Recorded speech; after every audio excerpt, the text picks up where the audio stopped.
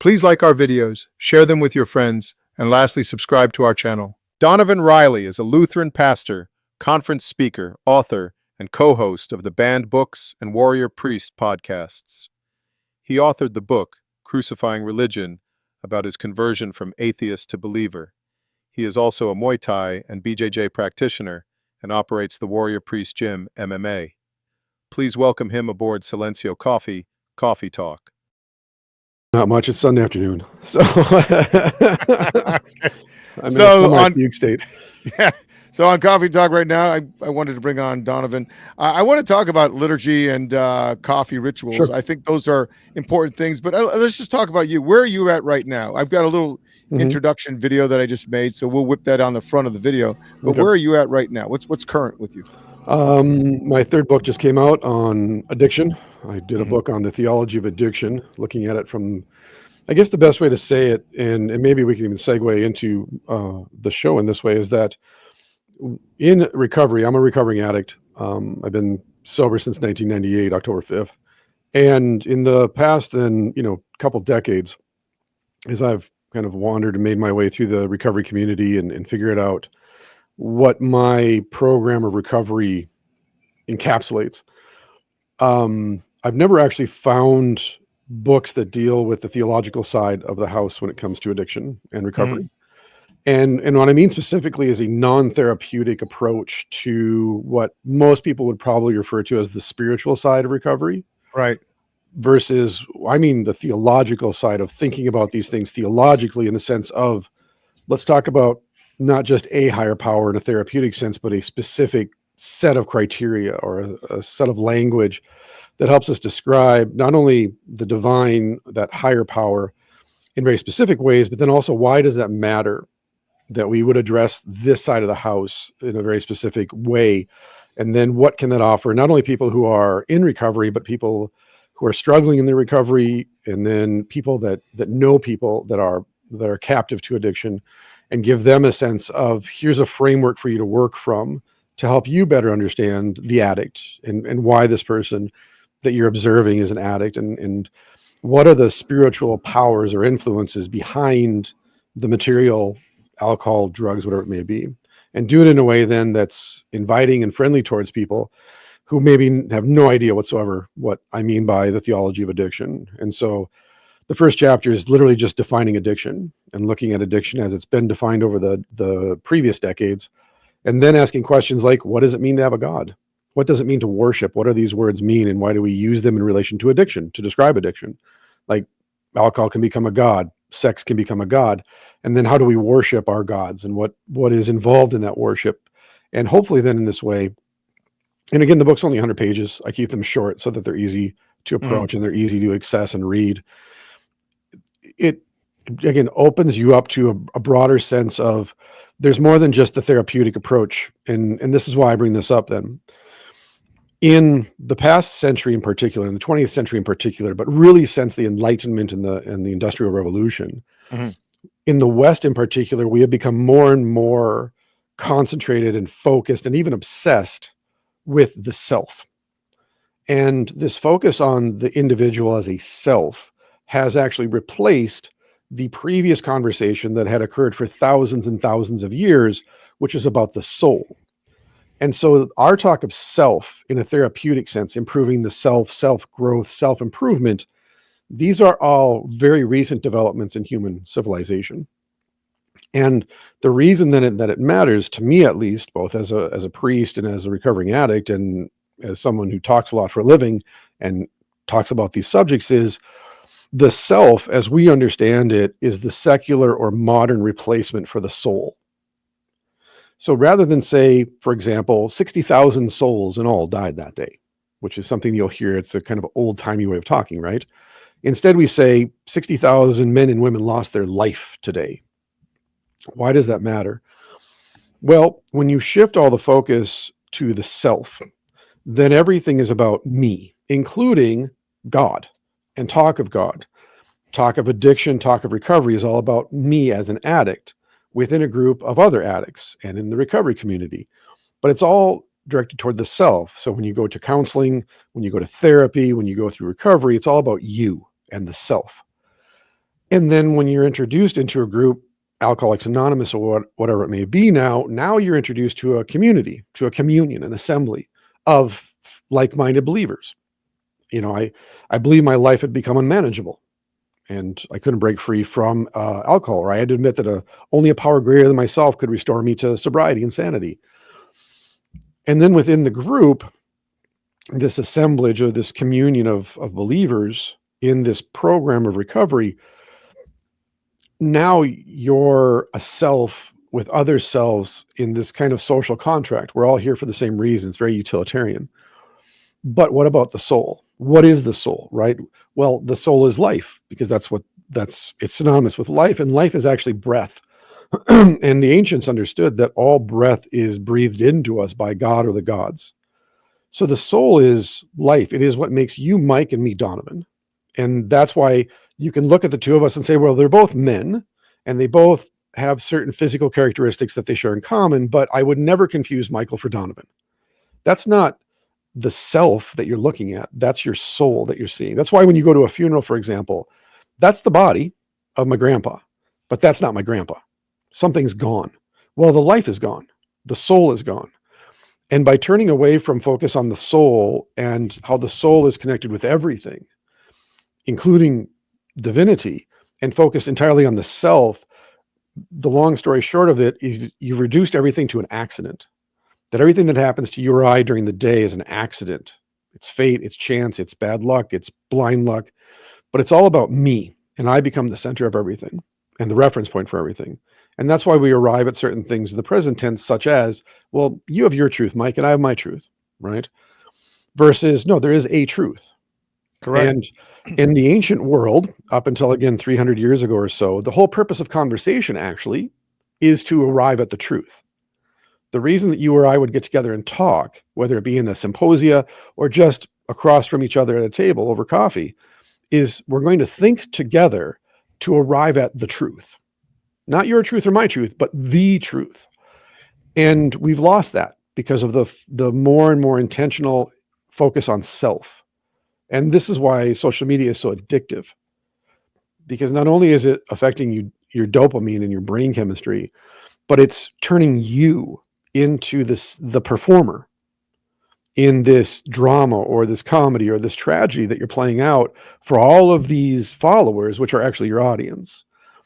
And that's a key aspect of worship, false worship in particular, is the performative quality or nature of false worship, which is, why are we performing? Well, we're trying to get the attention of the gods, and we're trying to get a blessing, and we're trying to avoid curses and suffering. And so the very nature of how we focus on ourselves, it plays into the very worst aspects actually of us, because it fragments us and it fractures us and it causes rifts and divisions, because it's not about us anymore. It's about me. And so within the book then, and as a part of all these conversations, it's recognizing that the reason we stumble and fall into addiction is because I become isolated.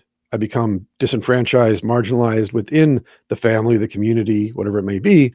And then I turn to something to medicate those feelings of shame, insecurity, to escape from the struggle or the responsibilities of my life today. And all of a sudden now you're being controlled by the thing that you thought was providing you a remedy or a temporary solution to your troubles.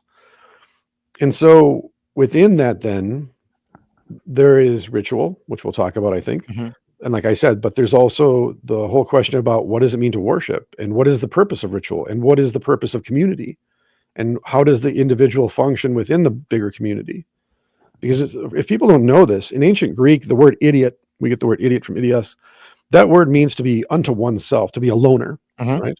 That's a curse. That's a curse. To be called a metropolitan in ancient Greece was actually a curse, because you weren't loyal to any one polis, any one city, state. You were a wanderer, you were rootless. And a person without loyalty, a person who isn't dedicated to serving others, because even Marcus Aurelius, this pagan Roman emperor, says in his meditations, we were created by God, singular God, big G God, for community in order to love each other. He says that. He says the golden rule. And even a pagan emperor knows the golden rule is we were made to serve others. We were made to live in community. We were made by a higher power. And we've broken from that. That's a big part of not only the Enlightenment and the Industrial Revolution's ethos, but also, of course, the Frankfurt School and neo-Marxism and the movements of cultural Marxism in the 50s, 60s, 70s to the present tense. It's to sever us from those rootings in the past and to say, no, to be the self is the highest aspiration. It's the highest virtue. And of course, they say that to cut you off from God and replace God with another God, Right. and to cut you off from your family and replace your family with another You're family. more fragmented. Exactly. Yeah, absolutely. That started with Petrarch in the 1300s. Correct. Right. But it actually became worse with Voltaire, the humanist, Correct. the Enlightenment of Right. the 1700s. And so Right. Voltaire ran with it. And so you have Descartes and all these other guys. And so you have this view. And in the 1800s with H.G. Wells and Margaret Sanger and everyone else we have talked about before, where now it becomes that you're cut off at the legs from your rooting. And now it all becomes about me. And so you probably are driving people towards addiction, and not realizing that you're actually making people worse. Right. So the Wesley brothers in England, right? John and Charles Wesley, they're evangelists. They're going out and they're evangelizing people, specifically minors in England. And one of their biggest donors, for those who don't know, was the Welch family. And the Wesleys went to the Welches and said, listen, all of these people that we minister to got a problem with addiction. They're alcoholics. As soon as they get a paycheck, they're buying cheap booze.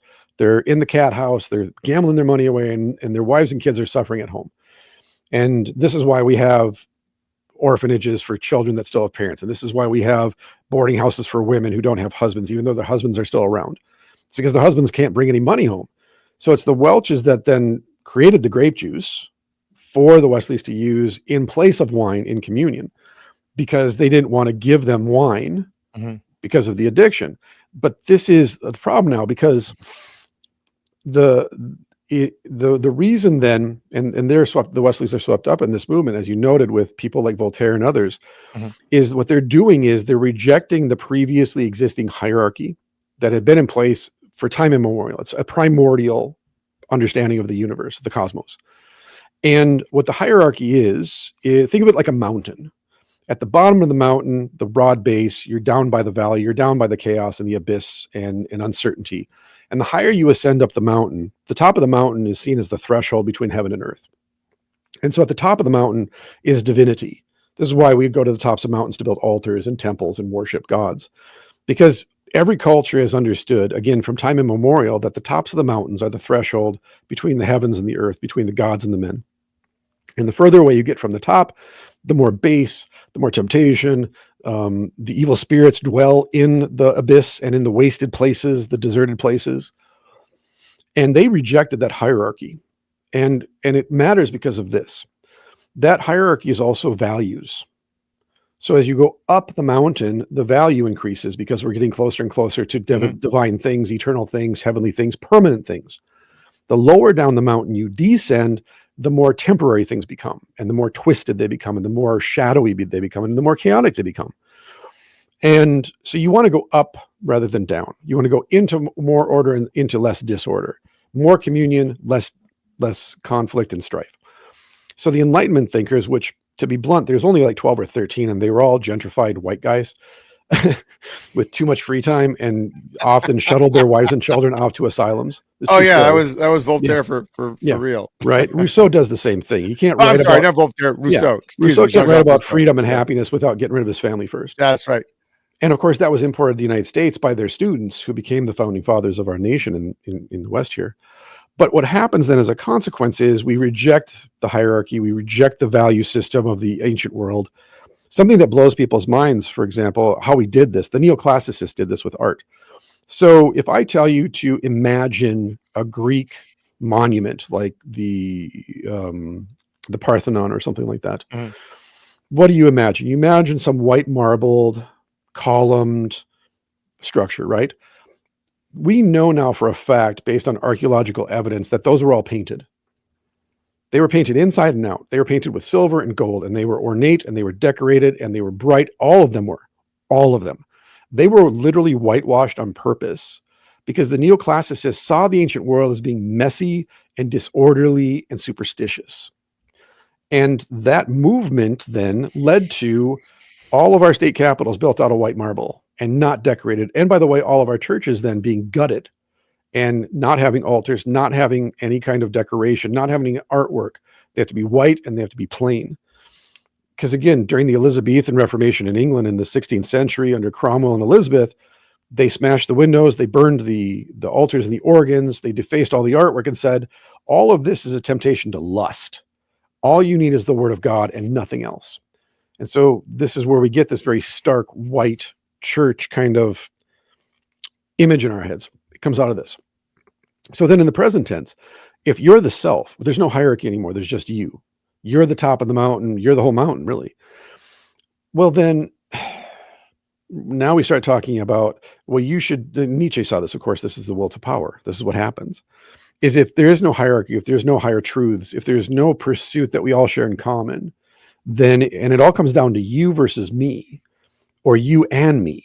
This is where the social contract comes out of as well. Well, we have to tear down anything that's hierarchical, which means we have to tear down all authority and make everything flat. Everything must be egalitarian. I said in Bible class this morning that what is the opposite ditch of communion, of the assembly of believers, the church? It's communism. That's Communism is the human attempt to build the church on earth. It's to rebuild Babel. It's to make the communion of saints in a secular sense. And the way that you do it is you get all the individuals together, these little fragmented pieces of the whole loaf, and you tell them this is what we're all against. We're against capitalism, or we're against fascism, or we're against the patriarchy, or we're against Diet Coke. And then that becomes our communion. That becomes how we figure out a way to get together and have community. But as soon as that is over, as soon as the emotions have died down, we have to find another movement and another cause and another reason to get together. It's constantly changing, right? In business, there's a famous book, I think from the 90s. What was it called? Like Who Moved My Cheese, or Who Moved the Cheese, right? About the mice and the experiments with mice and understanding how markets work. And that's why it's so easy for us in the present tense to be psyoped and manipulated and propagandized. Because rather than all of us being together in one society, one family, one community, we're all fragmented. And just like a wounded animal is easier to attack by predators than when you stay with the whole herd, we're all fragmented, we're all fractured. And so it's very easy then for us to be scared into, I got to do this, because if I don't do this, grandma's going to die. Or if I don't buy into this, then we're all going to, it's this very strange thing that the corporations in the West have figured out how to make communism a consumerist ethic. Oh, yeah. They've made it sexy. Right. Absolutely. Without ever calling it communism. Packaged it. Absolutely have. Right. And so all of that then plays into not only addiction, but for example, coffee. The Arabic word for coffee means wine, right? And it's within Ethiopian culture, then the kafa, it's the place of birth, right? And so you have the Arabic, you have the Ethiopian, you have the kawa in Arabic. The coffee is wine. They understand this as wine. And that's very important because, of course, wine is considered something sacred in many cultures, especially in Near Eastern culture, North African culture, European culture. Wine is a part of our sacraments. It's part of our holy feasting, our holy celebrations. So coffee becomes, in a sense, then, it's a feast day kind of activity because coffee is alchemical. You need coffee, you need water, you need a certain temperature to bring about the right taste and the right brew. You need to do it a certain way. And of course, in the old days, I would never make coffee for myself. I would make coffee for us. It's a communal activity. The rite, the ritual around coffee is just that. It's a custom. That's what the word rite means, a custom. Or rish in Anglo-Saxon, meaning the right way to do something. And so you don't just throw a Tide Pod in your Keurig in the morning and brew yourself a cup of coffee and then go out the door fueled up for the day. That's, again, self, right? No, you make coffee for everyone in your house. And then you pour yourself a cup. And then you sit with your family, with your communion, and you drink your coffee and you discuss, you talk, you engage in conversation with each other about this morning, today, your schedule and all of that. And then when you're done communing over coffee, then you go out to your work. Yeah, it's changed so much so, but that's also changed because of technology as well, right? Right. Industrial revolution, people lived in villages, people were driven out of the villages, they went into the Right. city to get jobs, Hmm. but the more they worked in these jobs to make money, Right. then they were more fragmented, and you Right. looked at that. So again, you have slave labor, you have it in China right now, you have these people who are so disaffected. Hmm. And so when you had the rituals and you had this common you know, this right, this Hmm. you had a sense of stability that held Right. everybody together. But the more wealth that people have now, the more it doesn't bring people together. And it's an illusion. You know this. Hmm. You seem to think that you're all together on Correct. TikTok or Instagram, Right. but yet you're all building your own tribes. Right. And you're cherry picking who you want to align with and who you don't want to align with, who And thinks they're more like you. disembodied. Right. And they are Mhm. disembodied. Right. And are you really connecting? No, Right.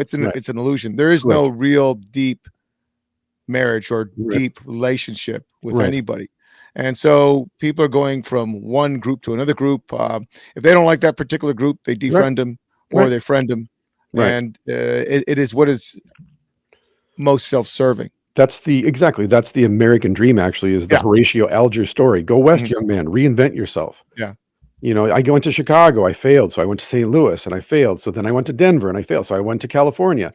Yeah. I had just covered that in the one of the posts I did on my channel. Mhm. Um, it was a little big man. And I Yeah. love that. Great Now I movie. don't even Oh, know if that yeah. book is true, the story is Right. true, but it's fascinating. Right. And at the end of the movie with Chief Lodgkins, when Yep. he's His speaking up into the soliloquy. sky Yeah. and then nothing Mhm. happens, he says, "Let's go Right. have dinner." Right. He says he realizes at that time that the passing of the trains is coming Right. and the buffalo are dying, the Right. Indians are dying, and Right. who knows what the future is going to hold. Mhm. And so this idea of the American Indian and the American savage all united, it's Right. gone. Right. And technology is going to come Mhm. and it is going to drive people away Right. from each other. Right. That's the end of And Apocalypto, for yeah, example. Same thing. Yep. same thing. Yep. Absolutely. Yep. He goes out that jungle, sees those ships, Right. and he says, "Wow, you know, Something fantastic." that in his book Tribe, Sebastian Junger points out is that, I think in the introduction even, he Mhm. points out that in the colonies, the European settlers would run away and join the Indians, but very few, if any, Indians would ever run away and join the colonizers, the colonists, because what people saw coming, again, you have to remember, and this is the myth of American history that's formed Mhm. by neo-Marxists, is that everybody who came here came as a colonizer, a white devil imperialist, Sure. to take the Indians' land, versus no, they were literally all indigent. My ancestors came from Ireland because the British took all their food away from them and made them eat grass and die on the road, or conscripted them to go fight in India or Mhm. other places. So the Irish came here because a guy said to them, "You're probably going to die on the ocean, and you might not, but you'll die when you get to New York, and maybe you'll live, and maybe you'll die when you get to Chicago. Yeah. But you can stay here and die with no options, or you can take the chance." That's how bad it was for people like in Germany, for example. In the 1700s, people in Germany were not allowed to hunt without paying taxes, or fish without paying taxes, or drink water from a well without paying taxes. And they weren't allowed to own weapons Mhm. at all. And the Germans came saying the same thing, like, we have nothing where we live at. We have no future, no hope. This is the box that you're in, and you're staying in this box, and then your children just take up your spot when the box empties. So they would rather come to the United States and risk death, because they knew nothing about the United States except what they read in newspapers, right? So you have the Irish, the Germans, everybody's coming to the United States. The one thing that none of those newspaper advertisements told them about was the fact that the land that they were told was open was occupied. And it was occupied by people that had been there for a while. And that was the US government's task, because before the repeating rifle was invented by Colt, before the repeating pistol was invented, the United States Army got their butts handed to them continuously by the Indians, because the Indians could fire the bow and arrow 3-4 times a second to the muskets that the soldiers were using. Mhm. They were getting their butts handed to them. So they just withdrew from the prairie and went, not our problem right now. And then they saw all these hordes of people coming across the ocean. And of course, the idea guys at the table went, I got a great idea. Let's just throw the settlers at them, because they'll fight for the land, because they're indigent, they're starving, they have nothing to lose. And then the Indians could fight the settlers. And when the dust settles, then we'll go in and build our forts. Then we'll go in and we'll settle the land, which is kind of, Costner actually kind of takes this up in his most recent movie that he made. Mhm. Um, And so, yeah, they just threw these indigent people from Europe and other places at the Indians, like Grant threw soldiers at the Yeah. South, right? Yeah. And then after that happened, and of course after Colt with the repeating rifle made the field a little bit less level, then they went in and stabilized those areas, right? But the point being is that everybody came here with hope for the most part. The term redneck comes from Irish people working in Jamaica and Haiti in the sun all day long, and their backs of their necks burning. Rednecks are Irish. There were more slaves from Ireland than there were black people in America in the colonies and up to the Civil War. I know that's not fun for a lot of people that learn history in public school, but there were more Irish people, and there were more Christians taken as slaves by the Barbary pirates than Africans as well. People have no idea what it's Ireland looked like. Yeah. I'll tell you, pre-1960s. I think it was modern. No, it was not. Go look at the pictures. Go look at Scotland as well. Right. I mean, you're talking about Stone Ages. I mean, really, it was like the old settlers in the 1800s. And so when your ancestors and my ancestors came here, they didn't come because there was a job or the idea like, oh, when I go to the United States and I'm going to reinvent no, I just want to live. I literally just want to live. Well, it's funny. You've read the book Gotham, right? Yeah. That's a fantastic book. That's a big fat tome. I liked about the Barbary pirates and all the other stuff. But I mean, people got into these cities and they're just trenches. They're just crapping in the middle of the street. I mean, it's just a giant mess. But I was talking to my dad today about Vietnam, and I said, Vietnam is just Las Vegas on steroids. It's so nasty, tacky, irreverent, and it's socialist, right? Yeah. People just want to make money and they want to enjoy life and have pleasure, but it's very decadent. And I said, is this what we fought for? And I was looking at old, images of the Mekong Delta, right? Yeah. And now, holy cow, this aerial view, these black and white images where we're just bombing it. Yeah. And now you look at these skyscrapers everywhere. I said, Dad, it's disgusting. Robert went to go bury my mother last summer. And I said, I have zero interest in going there. Right. I have zero interest in ever traveling there because, again, it's about making money, but it's also, there's no reverence for anything. So go ahead. Point then. So what I've learned because where I live in Minnesota in the United States, we have the Chippewa, for example, since we're on that topic. And so the Chippewas had this practice that you picked every third plant. And that's simple conservation, right? If we pick all the fruit this year, we might not have any fruit next year. So we're just going to pick every third. So that's what I do now. Like I pick every third and I leave the rest to go to seed so that I get volunteers the next year. And sure enough, it works pretty well. And my point is this then, that what the Industrial Revolution in particular did, but cities have always done, is see the earth as a resource to be exploited, not as something that you live in relationship to, but rather it's just raw materials to be exploited. So we go into Vietnam, for example, and we look at Vietnam and say, what are the raw materials that we can exploit from Vietnam, Laos, Cambodia, Southeast Asia? We go into Afghanistan, same thing. We go into Iraq, same. Like, what are the resources that we want to extract from this place before we abandon it and turn it over to industrialists and the corporations? And what happens, of course, again, is the corporations come in and their power and their influence is immediate because they bring money and they bring jobs, and the people that are going to rise to the top see an opportunity to rise even higher, and the people on the bottom are going to get pushed down even further. And there's this great discrepancy then, this huge dichotomy between those who have, and you can go back, it's like a volcano, right? The tip of the volcano is very narrow and small. That's the wealthy. And then the base is all the working class. Well, you've got the scavenger society, right? Look at the Philippines, where they are going to the rubbish, right? And they are washing whatever they can find from the garbage piles, and then eating that, or they're getting the roadkill and they're going around scraping 100%. Roadkill. And that's happening. When you look at post-Vietnam, what do you have? You have scavengers. They're taking any of the gunships. They're taking any of the bullet casings. They're taking anything they can find and recycling it. When you look at Prentice Monarchy, right?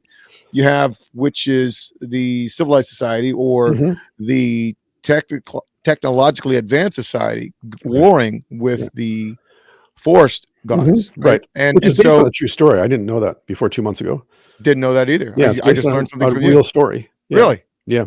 Fascinating. But I mean, getting on track here. I mean, we were really just talking about ritual, soul, reverence, honoring God, and what's happened is with a lot of wealth that people forget their roots, and this has happened because of simply humanism, and it's the Renaissance humanism that started with Petrarch in the 1300s and continued with Rousseau and everybody else, Right.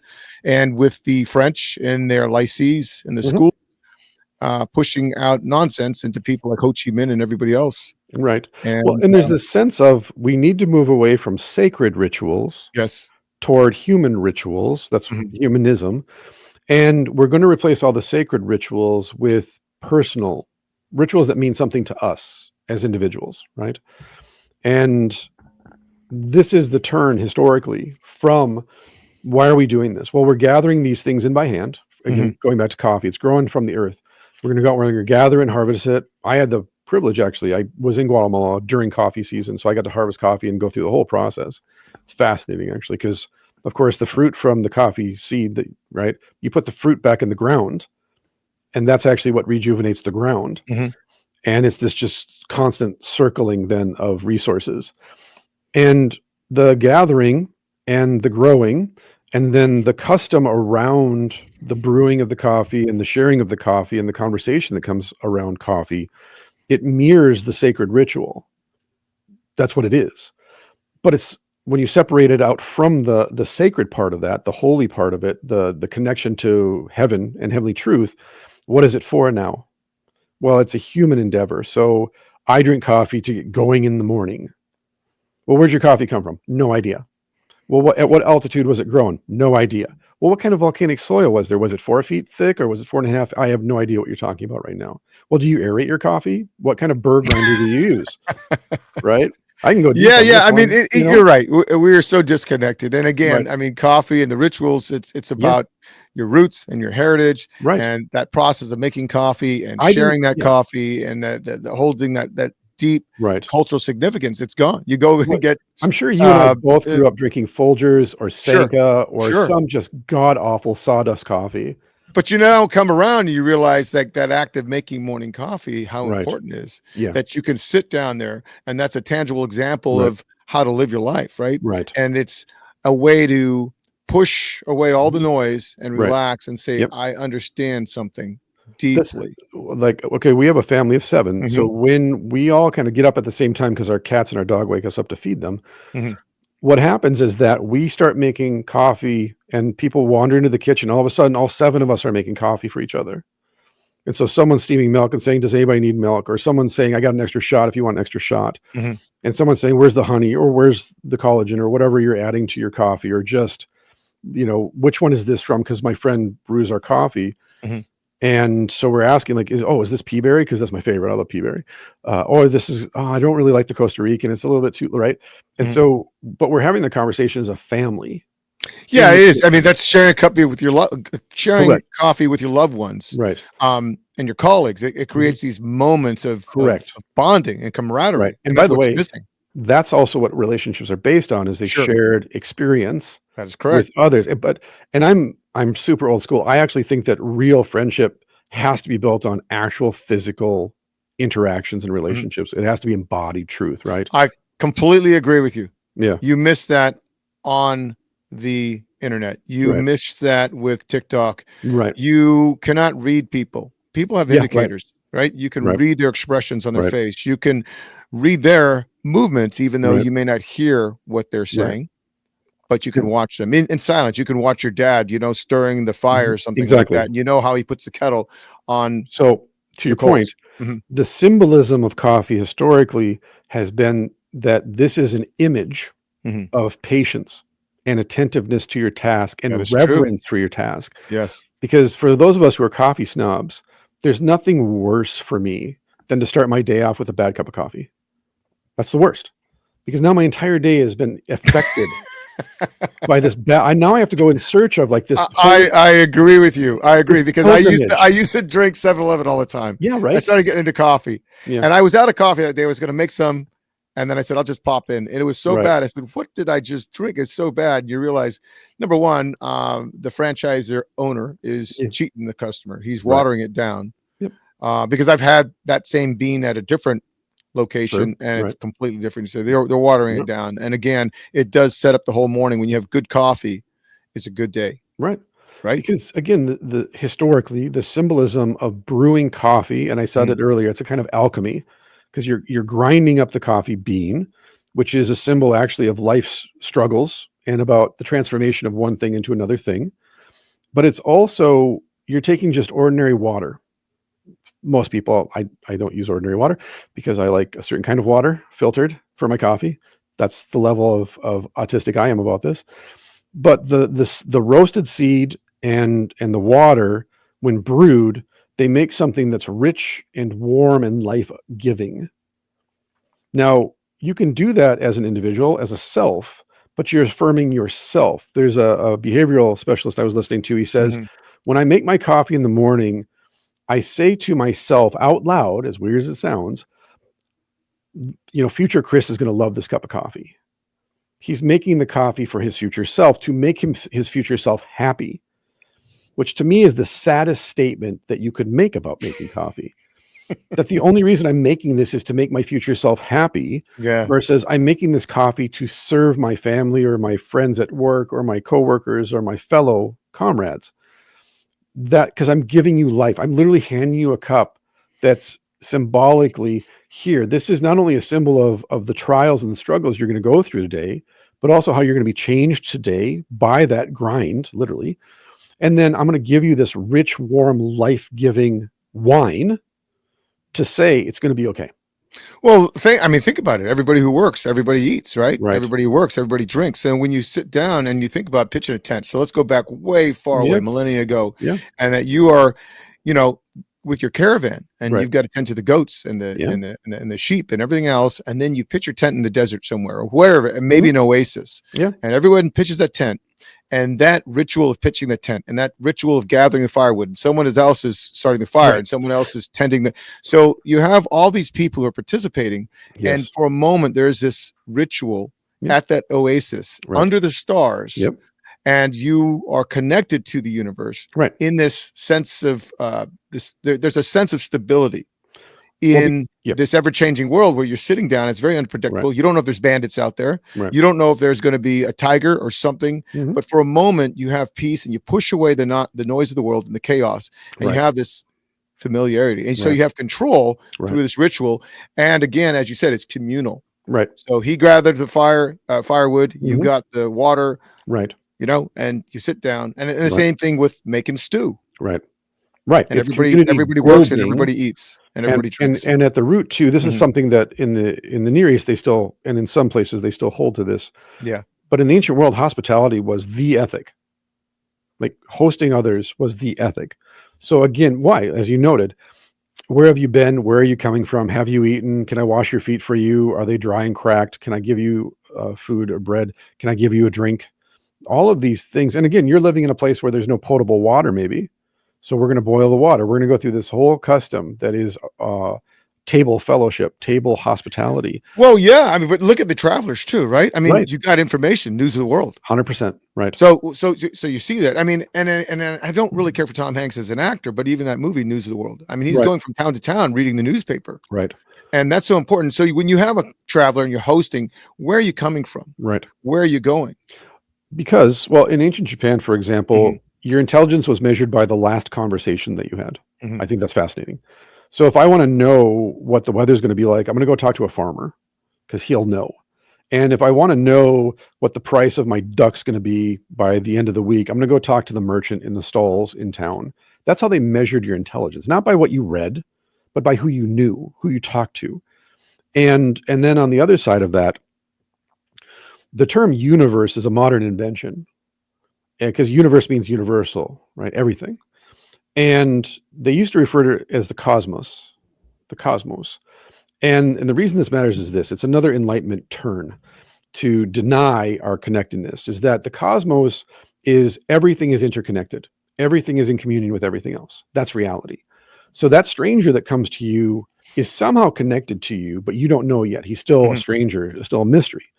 And by sitting down and enjoying a cup of coffee or tea or a meal together, yes, you're building community, you're building fellowship, you're extending hospitality. But again, you're learning now, oh, I'm connected to what's going on over there now. And they're connected to what I'm doing over here now. And so The thief, for example, is one who is seen as not participating in reality, because that thief and his band are choosing to exist outside of that cosmos, outside of that community, and to operate contrary to reality, which is to serve each other and to sacrifice for each other. That's why you would give someone something that's as important as water in the desert, right? There's that great scene in Dune where he's like, don't cry, don't throw up, don't you dare, right? Why? Because water is life. Yeah. We've lost that because we've lost our connection to the source of our sustenance, the source of our daily bread. And we've lost connection with each other because we see the universe, not the cosmos. And we see it as outer space rather as the heavens. And we see it as empty rather than full of and teeming with life. Yeah. And everything that happens to us is an accident. We're always just pinging off of each other like balls pinging off of each other in this big popcorn popper or something. Versus even 500 years ago, they understood that we are entirely interconnected. And not just, and again, when I say like creation of the cosmos, they understood that the sun and ants and oxygen and angels and the stars and the water were all interconnected. They're all a part of this thing called the cosmos. So, for example, in the New Testament, when John's gospel says, behold the Lamb of God who's going to die for the sins of the cosmos, which is translated in English as world. Well, we understand world as this ball of dirt that we're all standing on. That is not what he means. It's a completely different cosmology. The word in Greek is cosmos, meaning everything. Everything that God created is the cosmos.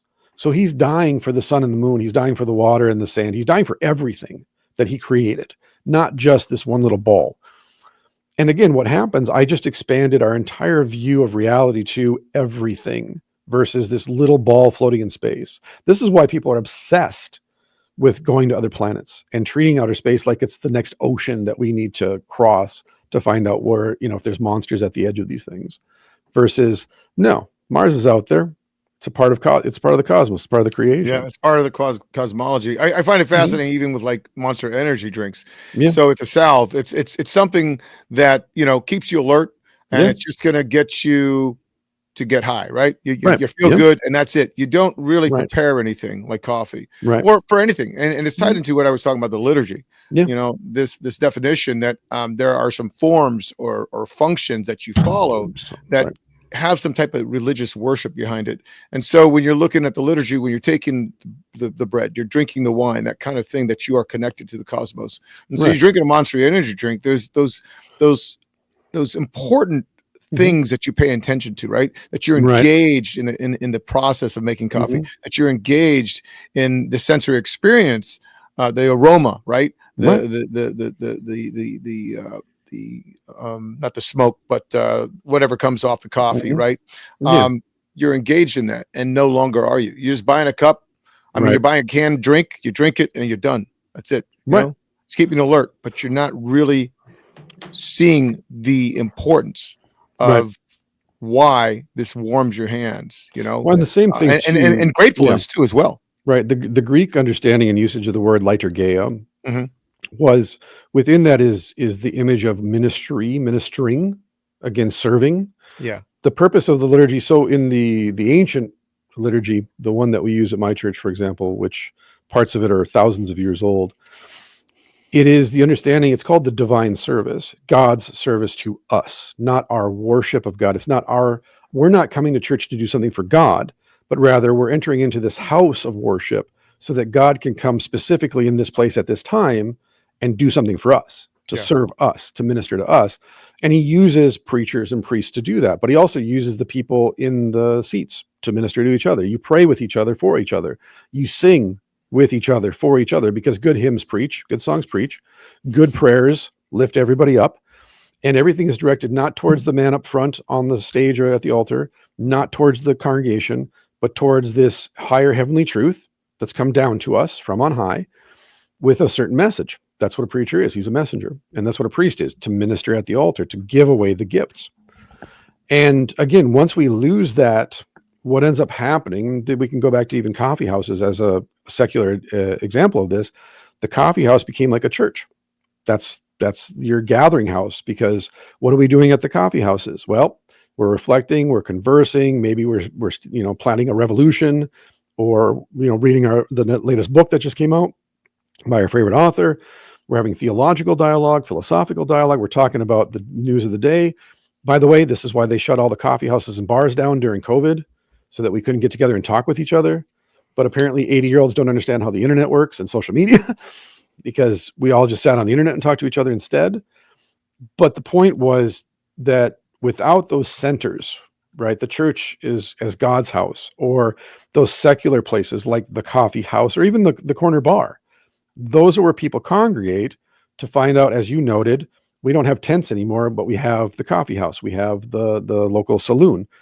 That's where we hear the news of the day. That's where the strangers all pull up. Yeah. I mean, I wrote not wrote a post, but I created a post on Steel Coffee, the Debangs, right, which is a gathering houses in South Korea, because again, you have Asian culture, and it's kind of like Japanese culture or Chinese culture. Everybody stays in alignment. You don't want to say anything that's shows that you're an independent thinker. Right. A lot of these guys would gather these coffee houses and they would just play music. They wouldn't protest. That was a silent protest. Right. You have to think about South Korea 30, 40 years ago, 50 years ago.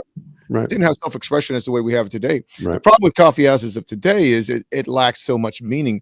And the problem is that you can have a conversation that has meaning, but how about a conversation that has deep meaning? Right. And the problem with so many people is that when they no longer find anything with a deep sense of meaning, they distract themselves with pleasure. And coffee houses are all about pleasure now, versus talking about things like a revolution or talking about the government, talking about the state of affairs of the country. Right. So you see that in the Debangs in South Korea, where they are to now. But at one point, that was a silent protest to show up at the coffee houses in alignment, listening to music and saying, hey, we're not agreeing with the government here. Right. You brought up a good word. Because I've encountered this the past year and a half, 2 years now, but really 2024 is really when it started coming at me almost on a every other day basis, is the question of meaning. Okay. Especially from Gen Z and millennials, people my kids' age, is that they go through this experience 2020, 21, they come out the other side of it, then the political turmoil and the cultural turmoil and everything that involves in the West. And they're now asking questions of, is there any higher truth than just what this is right here in front of me? And is there really any meaning to anything? Because I live this existence where I don't really see any hope for that. Like my 18-year-old daughter knows, she's accepted that she'll never own a house, because that's not like her future plans for her career, her job do not include something that pays well enough to afford a house. Right.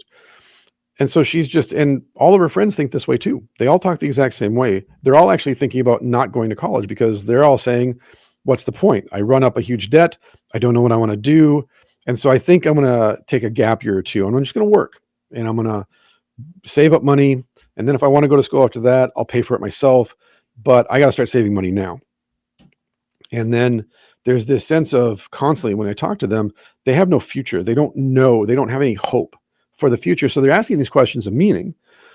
And what's interesting to me then on this side of the house is the number one selling book in England last year was the Bible. And the number one demographic that were purchasing it were millennials. Yeah, that's very true. In the United States, the number one selling book last year was the Bible. And the number one demographic of people buying it were millennials. And the Orthodox Church in the United States went from 600,000 members 4 years ago to 6 million this past year. Think about that. Well, 4 years ago. It's fascinating. I think the problem is a lot of people think that you can be happy just simply by wanting to be happy. You can't. Right. I mean, really, when you are working for a greater goal, then for yourself, there's a consequence that you become happy. And a lot of people stop doing that for a long time. You have a society that's very self-centered. We've seen that. You've seen that. And now there's a major shift, like you said, with the millennials. They're saying, well, what is the point?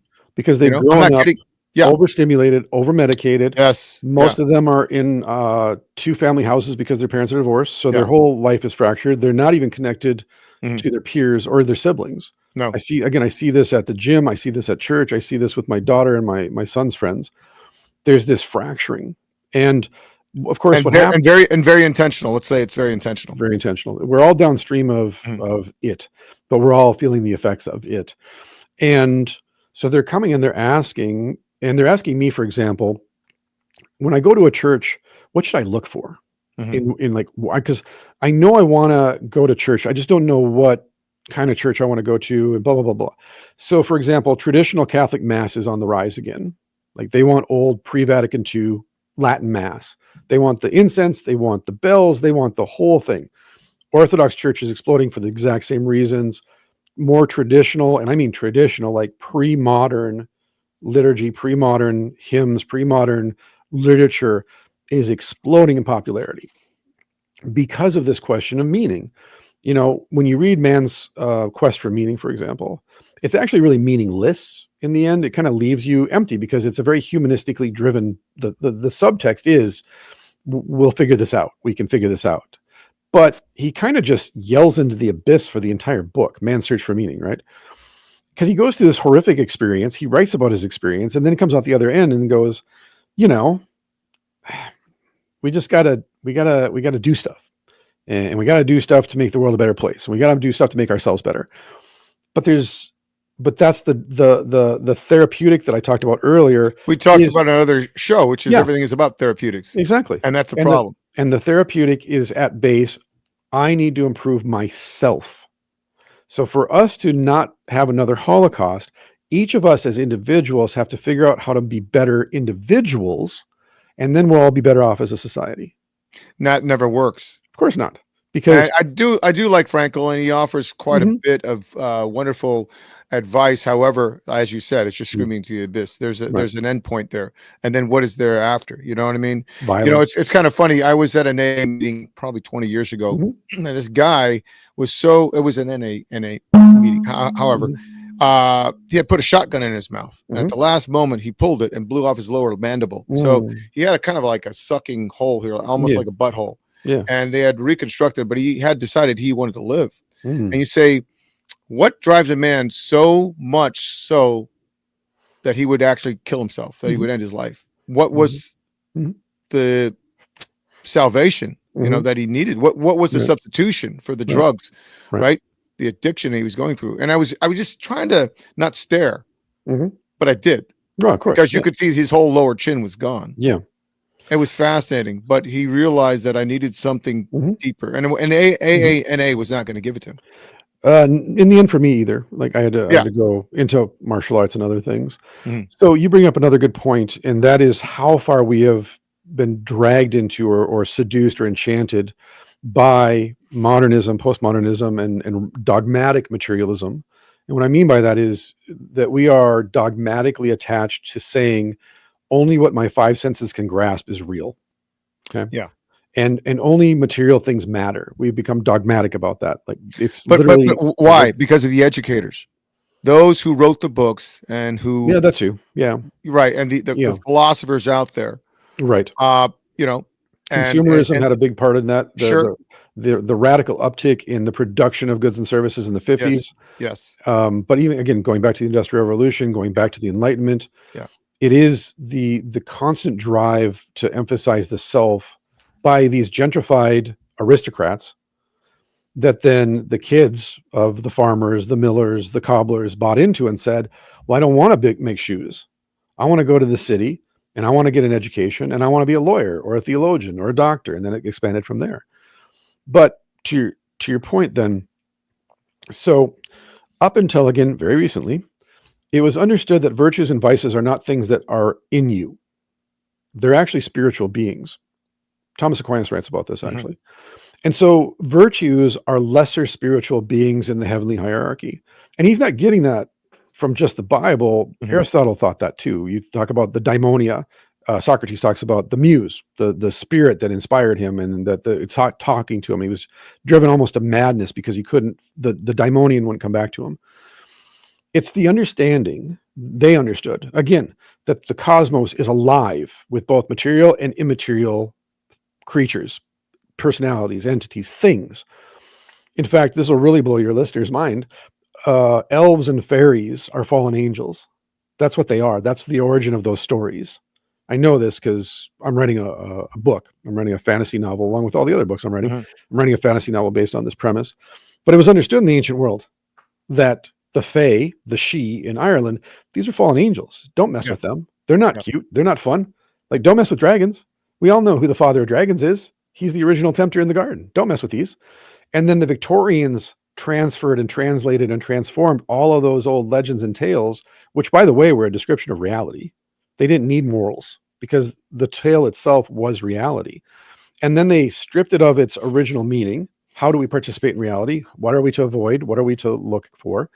They stripped it of all that, and they made fairies these little Tinkerbell looking things, and they made dragons friendly and unassuming like Pete's dragon and Puff the Magic Dragon and all this nonsense that Tolkien hated, for example, because what the Victorians decided was, we don't like reality, so we're going to change it. And then we're going to read these not to each other, but we're going to read them to our children as these cute little fairy tales that tell you to be good little boys and girls and avoid X, Y, and Z, right? But the ancients understood that vices are fallen angels and virtues are these angels. They're celestial beings in this hierarchy of angels. And so you were constantly being influenced at all time by these non-physical entities. And they then understood that an addiction and even suicide is you being driven by these influences that are acting upon you, whispering in your ear, acting through their agents, instruments, to lead you to say, there's no hope, there's no God, there's no future. I'm going to put a gun in my mouth. And so Dr. Martin Luther, for example, famously, when he first got to Wittenberg, was confronted by a suicide, a young man who had killed himself, and they were burying him outside the city because he committed suicide. It's an unforgivable sin in the church. He can't be buried in hallowed ground. And he stops the man and he asked, why won't you bury him in the cemetery? Well, he committed suicide. And as you know, it's an unforgivable sin. He goes, how do you know that he made that choice himself? How do you know that the devil didn't drive him to do it? You don't. And that was, again, his personality and really the roots of his break from the medieval church. But it just goes to show that they understood that there are spiritual forces at work in the world, in the cosmos, that are beyond our five senses. And it's interesting to me in popular media that you'll have shows about demons and devils, but there's never a God. The devil's real for most people. Evil spirits are real for most people, but God doesn't exist, which is ironic when you think about it. You know, like the devil's real, but I reject all the other stuff that comes with the devil. And again, why do we do that? William Blake, Milton, and others presented the devil as an anti-hero, not a villain.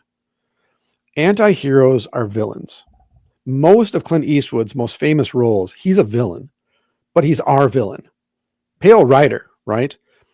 Is he a priest? Is he not a priest? Is he a holy man? Is he a demon? High Plains Drifter, it's the same thing. Rides into town and you're like, who is this guy? Is he a demon? Is he a sheriff? What is he? He's a bad person. He has almost no morals whatsoever. No, that is a fantastic movie. You have to wonder what is going on here. I mean, is this guy a demon? I mean, is he reincarnated? Right.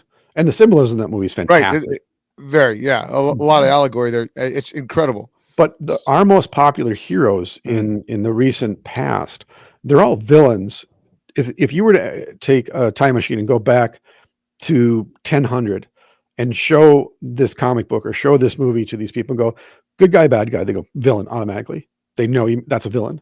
Yeah, but he's killing all the other villains. Well, yeah, now you just have two evil people fighting each other. That's what happens. But they would never say, well, he's a hero because the other people are more evil. They would say, no, he's not a hero because why? Because he has no virtue. He has no virtue. He has not wisdom or temperance. He has no prudence. He has no courage. He has no honor. And who is he doing this for? Himself.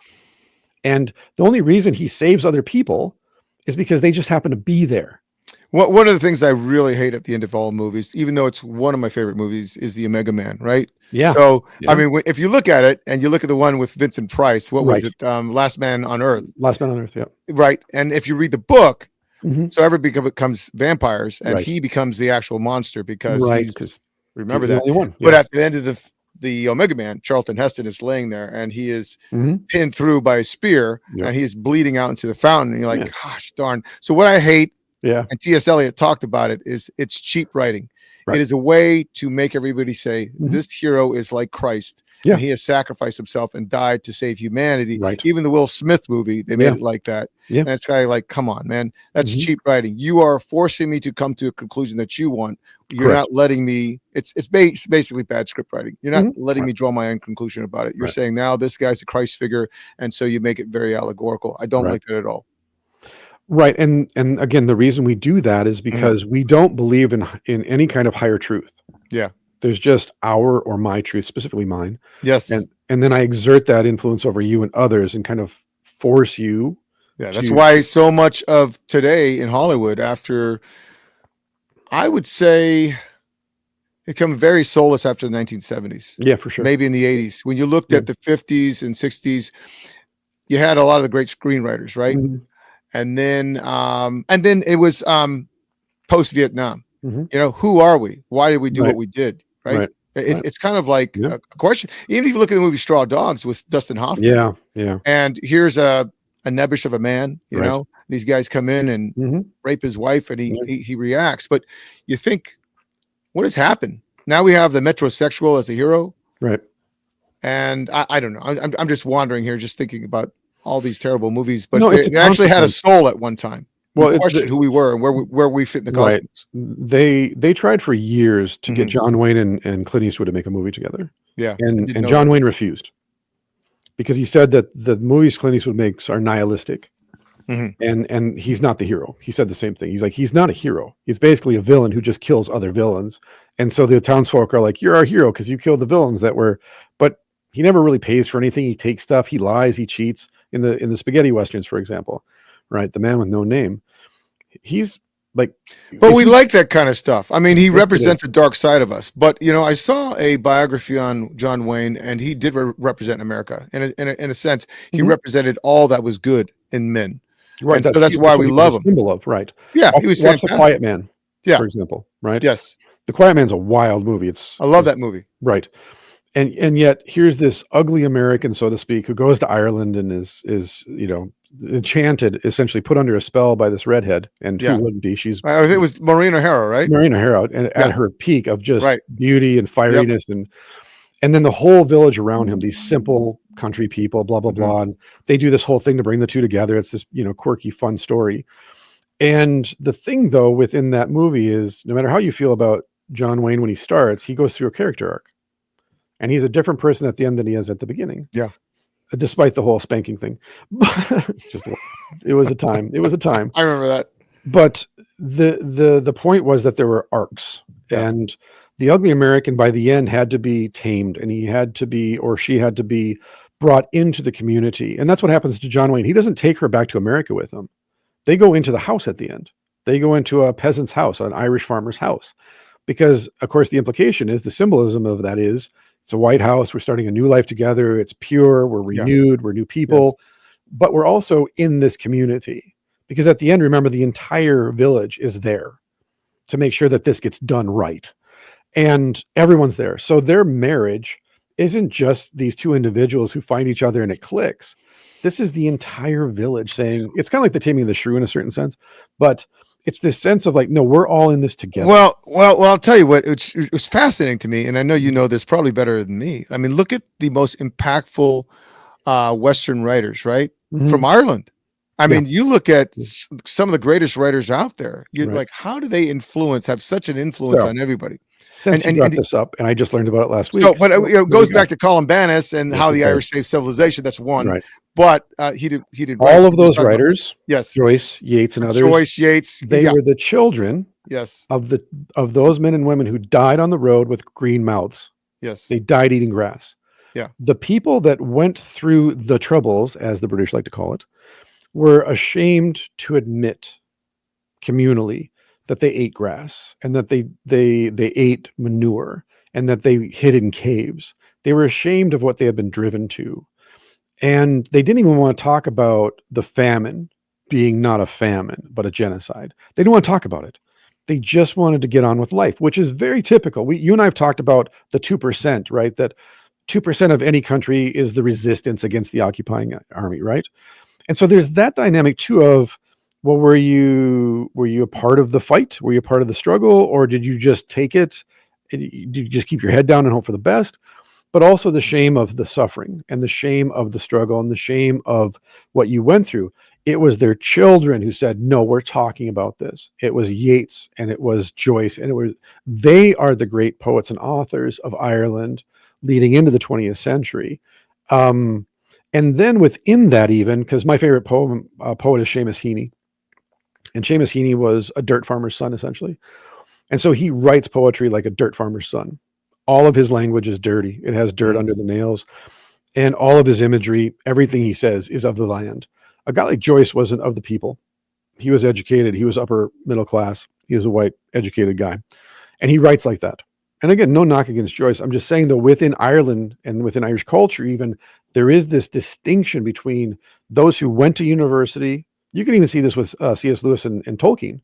Like, even their relationship is different because Lewis came from a different family and socioeconomic life than Tolkien did. Yeah. You know, Tolkien's mother died very young, and she had been ostracized from her Protestant family because she became a Roman Catholic. He was adopted by his priest, him and his brother, and raised by his priest, referred to his mother as a martyr because of the way she was treated, worked herself to death, grew up essentially on just offerings, like charity. Lewis was the opposite of that. Yeah, but you know, some of these guys were expats too, right? You look at Oscar Wilde, you look at Joyce, for example. I mean, they didn't die in Ireland. These people took off because they could afford to leave. But they were rejected by their own people, which is so sad. G.B. Shaw talked about it, right? Because you're with this group that laughs and laughs and laughs at you, and so you go away, but then you come back and become just like them, and it's kind of sad. You lose your roots, you lose a sense of who you are. I think Dickens as well. You know, all these people are just fantastic writers. I just am blown away by it. That's a good point, though, again, is because they're asking the question of meaning. Yes. Like, we just suffered under this for generations. What does it mean? Because and so I'm learning Irish right now. Don't call it Gaelic, it's Irish. But I'm learning Irish right now because I like to punish myself. And it's extremely challenging. It's the most difficult language I've ever had to learn. And the thing about Irish right now in Ireland and what's happening in other places, Gaelic in Scotland, Welsh in Wales, this is a form of rebellion against the power structure in these countries. Because again, millennials in particular, and Gen Z now, are saying, and this is from an old poet, when a country loses its language, it loses its soul, it loses its identity. So the first thing that you need to do to destroy a people's morality, their humanity, take their language from them, right? We saw this in the United States. You have to speak English. But it's an interesting phenomenon to me as somebody who loves languages and music, is that English, like American English, we're a mutt. We're a stew of languages that have just all been thrown into a pot. And so we have some anglicized Latin words. We have some Greek language we use, like within medicine, for example. We have some French. We have some Spanish. We have language from all over the world that forms American English. But there's no such thing as English in the United States like there is Irish, or there's German, or there's Welsh. A people's identity is expressed through words. And the further you go back to recover the original language, the roots of the language, the more tied you are to a world that ceased to exist a long time ago. But the appeal is, these people use language to paint word pictures. And again, because this is my area of passion, I teach using language to show people that modern American English is almost completely void of meaning. Words in American don't actually paint pictures. So you have to use all this verbiage to paint a picture, versus I can tell you Anglo-Saxon, German, even Spanish words, Gaelic words, Hebrew, Greek, Latin, whatever, ancient. The words themselves are a picture. Like I said, certainly. Right? That it's not just coffee, it's wine. And it's not just wine, it's a sacred right. Like the word company, right? Copan, right? The word pan is bread, and co is with, and copan is with company. So you're breaking bread. It's exactly. It's this powerful imagery, and it's fascinating. You're like, my gosh, French, the Romance language, is all this. Italian. So that's great. That's a spot on. And so the reason then that certain people rediscover the origins of their people's language is because they recognize.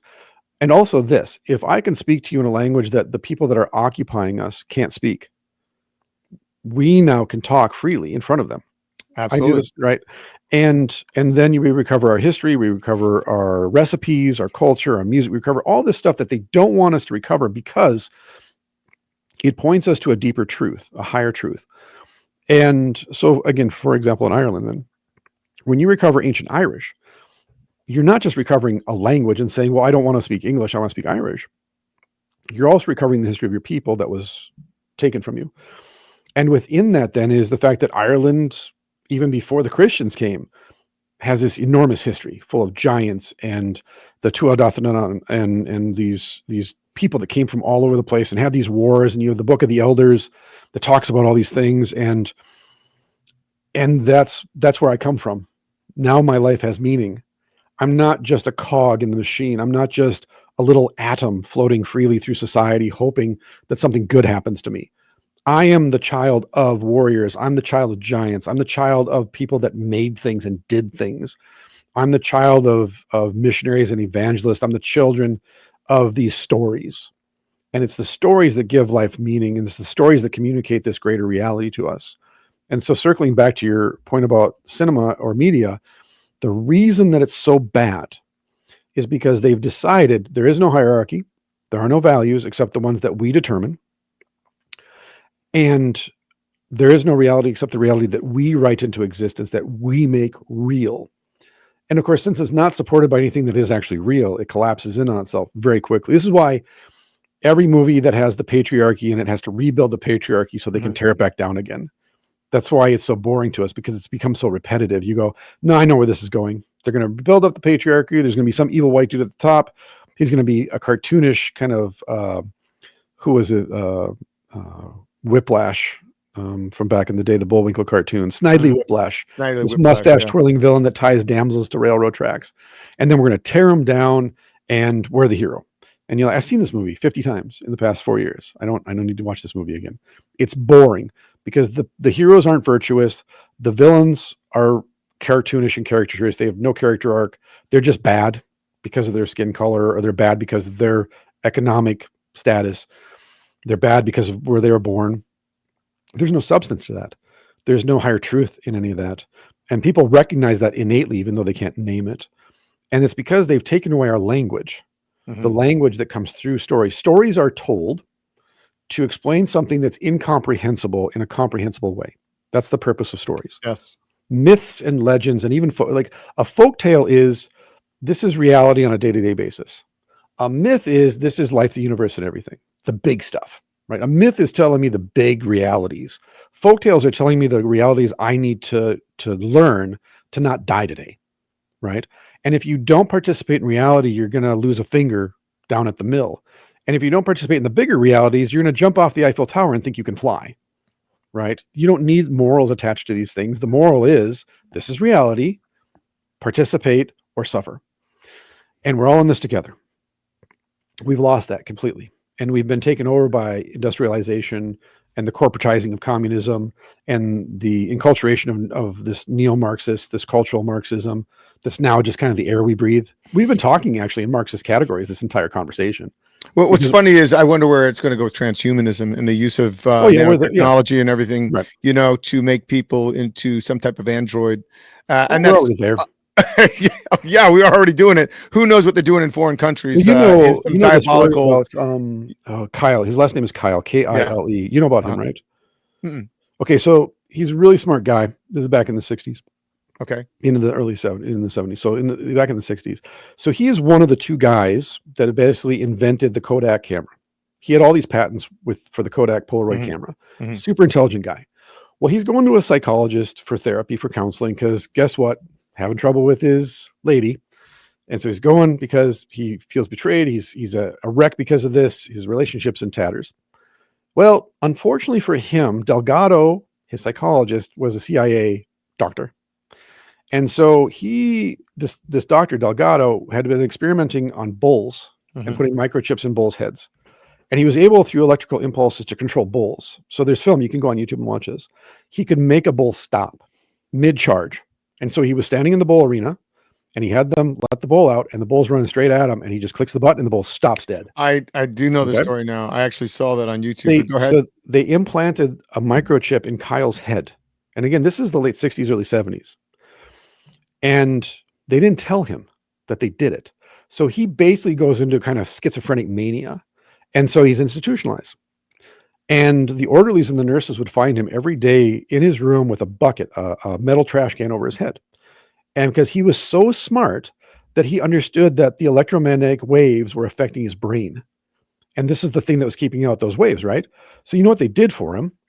They gave him tinfoil to block out the waves. So And this that's is where we get the term tinfoil hat. Fascinating. He Well, I know they actually- had put transistors in rats, and Yes. that was the So- whole MK Ultra thing. And the reason they sell, yes, well, go ahead. and but also Operation Monarch, which we're never told about, which is an Yes. offshoot of that.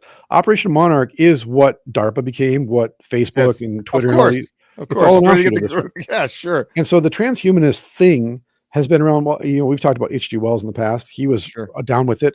It's been there as long as we have turned away from God and higher truth and said we can get there if we just try hard enough. Right? The word technology comes from the word for craft, to make. Yeah, it means skill. Absolutely. Right. Yeah. And so we are obsessed with technology for this reason. Mhm. Like Neil Postman talks about this a lot. Other guys that I really like, they warned us. Every time you make something to make life easier, this tool that you've invented will make you into a tool. And every time we become a tool of the machine. So as an example, practical example. So I use AI to edit my paper because it's fast, it's efficient, it's a language-based model, so I get it, right? But I've noticed, like, AI has taught me so much about grammar that my way of writing has changed based on what AI is teaching me about proper grammar. So even if I am aware that, okay, I can parse a sentence, I don't need ChatGPT to do that for me. I know a verb from an adjective. I know where to use, transition phrases. I know all that. But I have to teach my kids that because they're not taught that.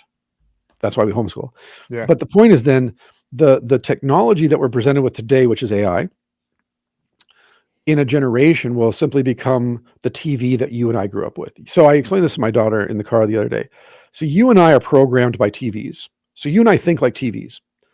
And that means then all of my references, for example, my kids play this game with me. They'll say a sentence and see if I can sing a song based on that sentence, right? And I'm 100 for 100. I've never lost. It's a commercial jingle. It's the theme song to a TV show. It's a movie. It's a song. Because I was raised on TV. So I'm programmed to think like a TV, just like my grandparents were programmed to think like a radio. Just like when you read letters from the Civil War, they sound like journalists, all of them. Like these itinerant farmers from Georgia were writing letters back home, and they're amazing letters, right? They have such a rich vocabulary. They're Yes, quoting poetry. absolutely. I read some of these letters from World War One. Yeah. Absolutely incredible. Because they were programmed by the technology that they had. Yes. So our children are being programmed by Siri and Alexa, and they're being taught to think like the machine. This is what the machine means. When Orwell uses that phrase, and others have used it since. The machine is this spiritual entity that has physical shape in the form of a building or a series of building, a factory, an entire society. And you are plugged into that. You're a lever puller. The entire Prussian system of education was to raise soldiers and factory workers. And then we imported it and made it the American educational system. The only reason, absolutely, we did. We did in the 1920s and 30s. Correct. Absolutely, we did. And We even did with the women's suffrage movement. It's just to get more workers. Yeah, more let women work, their independence and everything 100%. else, and their voting rights. Yeah, get Gloria more Steinem, tax them. Yep. CIA asset. Yep. Well, listen. I just want to say one of my quotes was, "In the future, we will not use tools; tools will use us." But I've got to get moving. Let's go ahead and summarize. Let's go ahead and give me, your take on it. What are some solutions? Quick ones. Or we can't escape the time in which we therapeutics, live. But go ahead. Well, we can choose to reject the principles and ethics of the time in which we live. Go back, read poetry, right? Go back and read the authors, the poets. Go back and learn how to play an instrument, for example, a real instrument, not a synthesizer, but go learn to play an instrument. Go outside. Be outside, be in creation, walk in the grass and bare feet, be out in the sun, cultivate in-person relationships, and recognize that the best way to rebel against modernity is, one, go to church. Find a church, find a pastor or a priest that's going to mentor you, find old hymns, old liturgy, old prayers, find things that have been consistent for millennia and ask, Yeah. why are they still around? That's reality. So again, you can't escape the time in which you live. So don't try to repristinate the past as if it's some sort of golden era and then we just recapture that. That's idealism. It's not real. But rather recognize the things about the past that give you higher truth, that give your life meaning, that open up your view, your eyes to the Yeah. broader reality Yes. through connection with God, with each other. And then within that ask, within that, then how can I enrich others? Don't think about how you can make yourself better, but recognize you will be made better by the relationships that you cultivate. Absolutely. You should have really, you should cultivate a sense of gratitude for the simple pleasures in 100%. life. And like you say, play a lyre, play a harp, Yeah. play a flute, play Mhm. something, a Yeah. piccolo. I don't really care. Right. You know, learn to whittle wood, Yeah. whatever it is, and build a little toy ship, Yeah. something, but get away from uh, TikTok and Instagram. We Right. use it, they're tools. It can make us money. It can do a lot for us and connect us with people. But at the end, Right. as you said, it is person to person, physical Mhm. touch, in the same room, in the same area. Mhm. And it's not disembodied. That's so Right. important, I think, as well, which is with your children or with your wife or with your friends.